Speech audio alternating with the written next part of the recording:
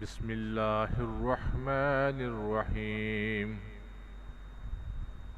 اللہم صلی علی محمد وعلی آل محمد کما صلیت علی ابراہیم وعلی آل ابراہیم انک حمید مجید اللہم بارک علی محمد وعلی آل محمد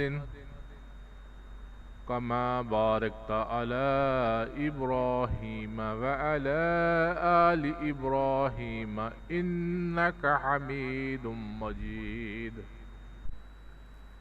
ناظرین، اب میں آپ کے سامنے حدیث پاک بیان کرنے جا رہا ہوں۔ اس حدیث پاک کو سن کر دوسرے لوگوں کے ساتھ شیئر ضرور کریں۔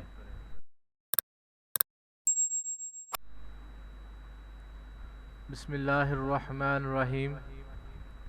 معمر نے حمام بن منبع سے حدیث بیان کی، کہا یہ احادیث ہمیں حضرت ابو ہریرہ رضی اللہ عنہ نے رسول اللہ صلی اللہ علیہ وسلم سے بیان کی۔